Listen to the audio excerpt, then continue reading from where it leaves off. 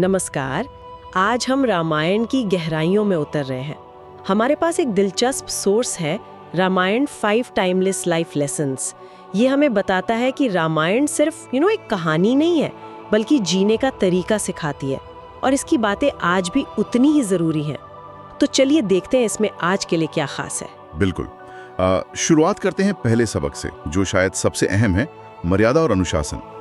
Source इस बात पर काफी जोर देता है कि राम को मर्यादा पुरुषोत्तम क्यों कहते हैं।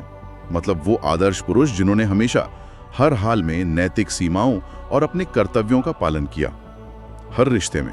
हाँ, ये बात तो है। जैसे सोर्स में उदाहरण भी है कि राजकुमार होते हुए भी पिता की आज्ञा मानी, 14 साल वनवास, या फिर समाज के सवालों के बावजूद सीता जी के प्रति अपने धर्म का पालन। ये आज सोचना भी थोड़ा मुश्किल लगता है। सही कहा। और यहीं पर इसकी आज की रेलेवेंस दिखती है। सोर्स कहता है कि आज की भागदौड़ वाली जिंदगी में भी डिसिप्लिन, अपनी लिमिट्स जानना और जिम्मेदारियां निभाना, यही चीजें हैं जो रिश्तों को और हमारी अपनी ग्रोथ को मजबूत करती हैं। आजादी का मतलब ये नहीं कि कोई सीमा ही ना हो। बिल्कुल, सीमाओं का सम्मान करना भी जरूरी है। अच्छा, तो ये मर्यादा और अनुशासन तो राम के चरित्र का आधार था, लेकिन उनके भाई भरत से भी एक बड़ा सबक मिलता है ना, त्याग की शक्ति। सोर्स इस पर भी बात करता है। हाँ बिल्कुल। सोचिए, राजपाट सामने था पर उन्होंने लिया नहीं। राम की खड़ाऊं रखकर शासन चलाया। ये सिर्फ गद्दी छोड़ना नहीं था, ये दिखाता है निस्वार्थ भाव और वफादारी। सोर्स हमें याद दिलाता है कि असली बड़प्पन दूसरों की भलाई सोचने में है। और आज की दुनिया में तो इसकी बहुत जरूरत है, जहाँ हर कोई पूछता है मेरा क्या फायदा। एग्जैक्टली। दूसरों के हित में सोचना मतलब स्वार्थ से ऊपर उठना शायद सबसे जरूरी गुणों में से एक है आज। त्याग से ही जुड़ी हुई है सम्मान की भावना, खासकर महिलाओं के प्रति। ये तीसरा सबक, और मुझे लगता है ये आज के समय में बेहद जरूरी है। हाँ जरूर। सोर्स साफ कहता है कि एक पुरुष की असली पहचान इसी से होती है कि वो महिलाओं के साथ कैसा व्यवहार करता है, कितना सम्मान देता है। सोर्स में राम का ही उदाहरण है।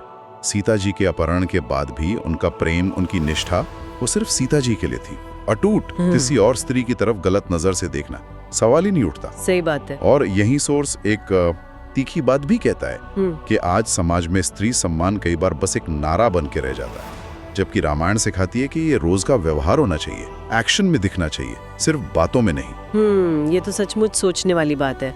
और सम्मान के साथ ही विवेक भी आता है ना, खासकर जब कोई टकराव की स्थिति हो। चौथा सबक किसी से जुड़ा है, युद्ध से पहले विवेक। हाँ, ये बहुत महत्वपूर्ण पॉइंट है। राम महान योद्धा थे, इसमें कोई शक नहीं, पर सोर्स बताता है कि उन्होंने हमेशा पहले शांति का रास्ता चुना। जैसे रावण से युद्ध से ठीक पहले अंगद को शांति दूत बनाकर भेजा। हाँ, भेजा था। युद्ध हमेशा लास्ट ऑप्शन था।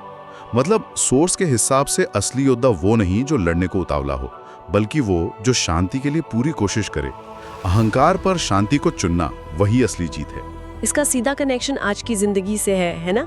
ऑफिस हो, घर हो, कहीं भी फैसला लेने से पहले ठंडे दिमाग से सोचना, गुस्से में है, जल्दबाजी में नहीं। बिल्कुल। टकराव से पहले बातचीत, विवेक का इस्तेमाल। और शांति बनाए रखने में और मुश्किलों से लड़ने में दोस्तों का भी तो बहुत बड़ा रोल होता है। ये हमें 5वें सबक पर लाता है, सच्ची दोस्ती और सपोर्ट। हाँ बिल्कुल। सोर्स राम हनुमान और राम सुग्रीव की दोस्ती का जिक्र करता है। और इसमें खास बात क्या थी? सोर्स क्या कहता है? सोर्स बताता है कि ये दोस्ती भक्ति, श्रद्धा और समर्पण पर आधारित थी। मतलब कोई लेन देन या फायदे की उम्मीद नहीं थी।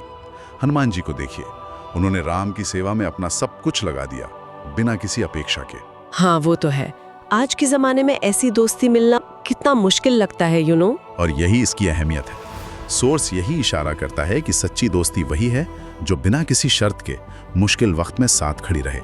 राम और हनुमान जैसी वफादार दोस्ती अगर जीवन में हो तो इंसान अकेला महसूस नहीं करता। ये रिश्ते हिम्मत देते हैं। तो कुल मिलाकर ये 5 सबक, मर्यादा, त्याग, स्त्री सम्मान, विवेक और सच्ची दोस्ती, ये सिर्फ पुरानी बातें नहीं है। ये आज भी हमारी जिंदगी को बेहतर बना सकती हैं। जरूरत है इन्हें सिर्फ जानने की नहीं, बल्कि अपनाने की। एकदम सही कहा। जैसा कि सोर्स बार बार कहता है, रामायण सिर्फ एक कहानी नहीं है, ये जीने का एक तरीका है, एक दर्शन है। और हाँ, एक सवाल सोचने के लिए छोड़ जाते हैं सबके लिए, इन 5 सबकों के अलावा इस महान ग्रंथ के और कौन से पहलू हो सकते हैं, मतलब जो आज की मुश्किलों का सामना करने में हमारी मदद कर सके। इस पर सोचना वाकई दिलचस्प होगा।